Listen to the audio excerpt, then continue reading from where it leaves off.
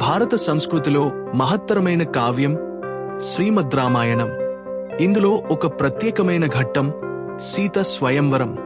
ఇది కేవలం పెళ్లి కథ మాత్రమే కాదు, ఒక ధర్మపరమైన పరీక్ష, శౌర్యపరమైన పోటీ కలిసిన ఘట్టం.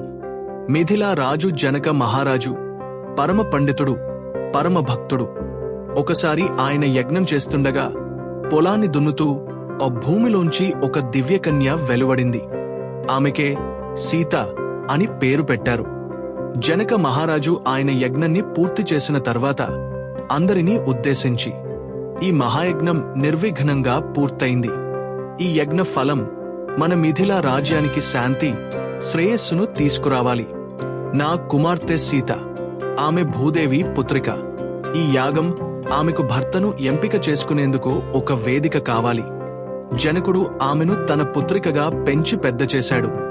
సీత పరమ సౌందర్యవతి, సతీధర్మానికి ప్రతీక. ఆమె పెళ్లి సమయం వచ్చినప్పుడు జనకుడు ఒక కఠిన ప్రమాణం చేశాడు. ఎవరు శివధనుస్సును ఎత్తి దానిని కట్టి చాపగలరో వారికి నేనే నా సీతను వరమిస్తాను అని చెప్పాడు. ఆ శివధనుస్సు సాధారణ విల్లు కాదు, ఇది భగవంతుడైన మహాదేవుని దివ్యాయుధం. దేవతలు, అసురులు కూడా దానిని కదిలించలేని పరిస్థితి. జనక మహారాజు ఆదేశం మేరకు బలమైన సైనికులు అందరూ విల్లును తీసుకురావడానికి ప్రయత్నిస్తారు. కాని అది అంత సులభం కాదు. 5,000 మంది వీరులు కదపడానికి ప్రయత్నించినా అది కదలదు. చివరికి ఒక పెద్ద బండి మీద ఆ విల్లును నెట్టి యజ్ఞశాలకు తీసుకువస్తారు. సీత స్వయంవరం వార్త అయోధ్య, అంగ, కోసల, మగధ, కాంచీ ఇంకా ఎన్నో రాజ్యాలలో పాకాయి. అనేక దేశాల మహారాజులు, వీర యోధులు, దానవులు, రాక్షసులు కూడా స్వయంవరానికి హాజరయ్యారు. మిథిలా రాజభవనంలో ఘనంగా సభ ఏర్పాటు చేశారు. రాజమహారాజులు వరుసగా వచ్చి శివధనుస్సు చూడగానే ఆశ్చర్యపోయారు.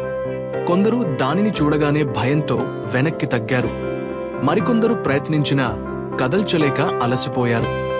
అప్పటి వరకు విశ్వామిత్ర మహర్షి శ్రీరాముడు లక్ష్మణుడిని తనతో తీసుకుని యజ్ఞ రక్షణకు వెళ్లి మీథాలకు వచ్చాడు.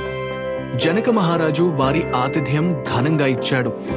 విశ్వామిత్రుడు రాముడిని స్వయంవరానికి తీసుకువచ్చి, రఘుకుల తిలకుడైన రామచంద్రుడు ఈ శివధనుస్సును చూడాలి అని అన్నాడు. మొదటి రాజు ముందుకు వచ్చి ధనుస్సును కదపడానికి ప్రయత్నిస్తాడు. కాని అది కదలదు, పక్కకు పడిపోతాడు. మిగిలిన రాజులు నవ్వుతారు. మరెందరో ప్రయత్నిస్తారు. కొందరు ధనుస్సును తాకడానికే భయపడతారు. మరికొందరు తమ బలం సరిపోక కింద పడతారు. రాజులు నిరాశతో వెనుదిరుగుతారు. రావణుడు కూడా గర్వంతో వచ్చి దానిని ఎత్తే ప్రయత్నం చేశాడు. కాని దాని బరువుకు తట్టుకోలేక అవమానపడ్డాడు. జనక మహారాజు విచారంగా, అయ్యో, లోకంలోని వీరులందరూ ఈ ధనుస్సును కదపలేకపోయారా? ఈ భూమి మీద ఇక వీరులు లేరా? నా ప్రతిజ్ఞ విఫలమైపోతుందా? జనకుని మాటలు విని అక్కడున్న రాజులందరూ తలలు వంచుకుంటారు. రాముడు నిశ్శబ్దంగా కూర్చుని ఉంటాడు.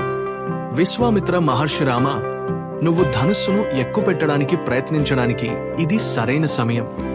జనక మహారాజు ఆవేదనను చూసి, నువ్వు ముందుకు వెళ్ళు అని రామునితో చెప్పాడు.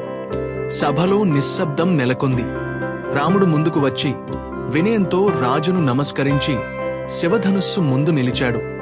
రామచంద్రుడు ఒక క్షణం ప్రార్థించి దివ్యబలంతో ధనుస్సును ఎత్తాడు. అందరూ ఆశ్చర్యంతో నోరు విప్పి చూశారు.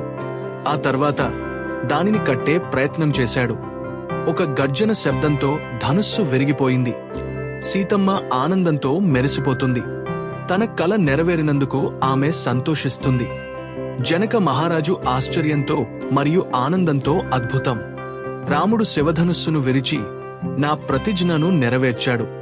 నా కుమార్తె సీతకు ఇతని కన్నా గొప్ప భర్త దొరకడు. ఈ శుభ సందర్భాన్ని దశరథ మహారాజుకు తెలియజేసి వివాహ ఏర్పాట్లు చేయించండి.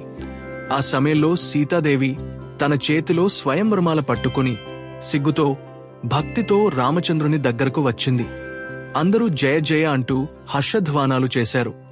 సీత తన కన్నులలో కరుణ, సిగ్గు, ఆనందం కలిపి చూసి రామచంద్రుని మెడలో మాలవేసింది. ఆ క్షణమే ఇది కేవలం ఒక పెళ్లి కాదు, రామసీతల దివ్య కలయిక, భూలోకంలో శ్రీ మహావిష్ణు మహాలక్ష్ముల అవతారం అని అందరికీ అర్థమైంది. ఈ విధంగా సీత స్వయంవరం ఘనంగా పూర్తయింది. అది కేవలం ఒక చారిత్రక సంఘటన కాదు, ఒక దైవ సంకల్పం. ఈరోజు కూడా రామసీతల కలయికను కళ్యాణోత్సవంగా జరుపుకోవడం మన భక్తి సంస్కృతిలో ఒక ప్రత్యేకత. నా ఛానల్కి లైక్ చేసి సబ్స్క్రైబ్ చేసుకోండి.